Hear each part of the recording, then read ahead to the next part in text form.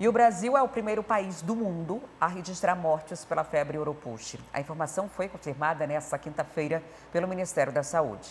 É por isso que a gente vai voltar a falar ao vivo com o Igor Damasceno, que tem mais detalhes para a gente lá em Brasília. Igor, as vítimas eram de que região do nosso país?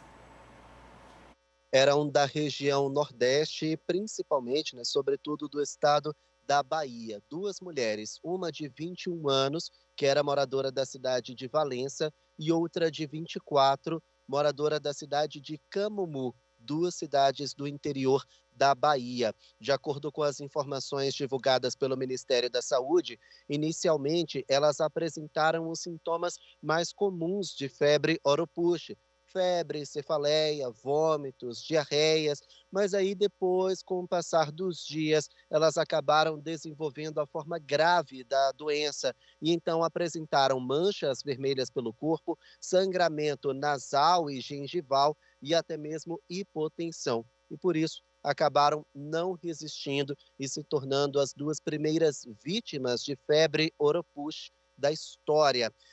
O Ministério da Saúde ainda investiga uma terceira morte. Trata-se de um homem de 59 anos que morreu no estado do Paraná, mas teria contraído febre oropouche no estado de Santa Catarina. Ele estava, sim, com febre oropouche, mas o Ministério ainda não constatou se de fato esse foi o motivo da morte deste homem. O Ministério ainda divulgou que neste ano há pelo menos 7.200 casos da doença. A maioria, mais de 60% desses casos, é do estado do Amazonas e também do estado de Rondônia. A nossa repórter Samara Maciel fez uma reportagem sobre esses números e sobre o crescente número de febre oropouche na região amazônica. Vamos acompanhar.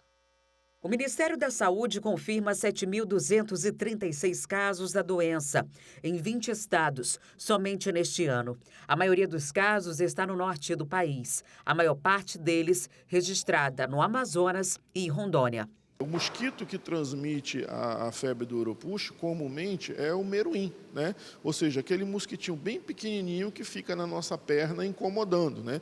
Então ele é o transmissor, né? Então esse mosquito ele tem uma vida diferente. Então ele está dentro da nossa residência. O que vai atrair esse mosquito? A questão do acúmulo de lixo, né?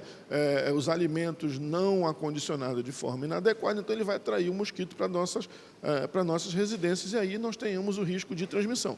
Para este virologista, o aumento de casos no país pode ter diversos motivos. Um deles é a variação climática. Nós temos passado ciclos importantes de cheia, de seca, fenômeno El Niño, por exemplo, Laninha, e isso, historicamente, a gente tem visto essa associação de aumento de casos com isso.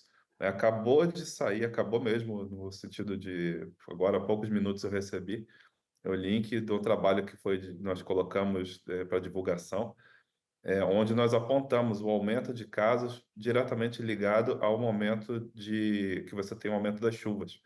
Então, essas variações climáticas, elas vão afetar o vetor, né, que é um vírus transmitido por vetor, no caso, o culicoide, que é popularmente conhecido como maruim. Então, essas alternâncias, né, condições climáticas que favorecem a proliferação do vetor, elas se juntam para espalhar um vírus assim. A febre oropouche é uma doença infecciosa, uma arbovirose, transmitida por mosquitos. Os principais sintomas são febre, calafrios, dor de cabeça, dor nas articulações e náuseas. Nesta quinta-feira, a Fundação de Vigilância em Saúde divulgou novos números da febre oropouche no Amazonas e apontou que o estado tem 3.177 registros da doença em 2024. O protocolo de diagnóstico, criado pela Fiocruz, tem sido usado em todo o país e é importante para novas ações serem tomadas. Com o aumento da testagem, nós temos muito mais casos confirmados, né? Se você pensar que isso acontece justamente num ano que nós tivemos mais de 5 milhões de casos de dengue notificados, se não tivesse a testagem para Oropost, esses casos passariam como dengue e ponto, né? Não teria essa confirmação de que eram outros casos. Então, nós temos toda essa situação, né? Nós temos um aumento da vigilância, de uma maneira geral, né? As vigilâncias de cada estado estão mais preocupadas em pegar nesse diagnóstico. essas notas que o Ministério da Saúde também lançou são para esse sentido de reforçar a vigilância. E, claro, a gente vai aprendendo, assim como foi para outros vírus, né?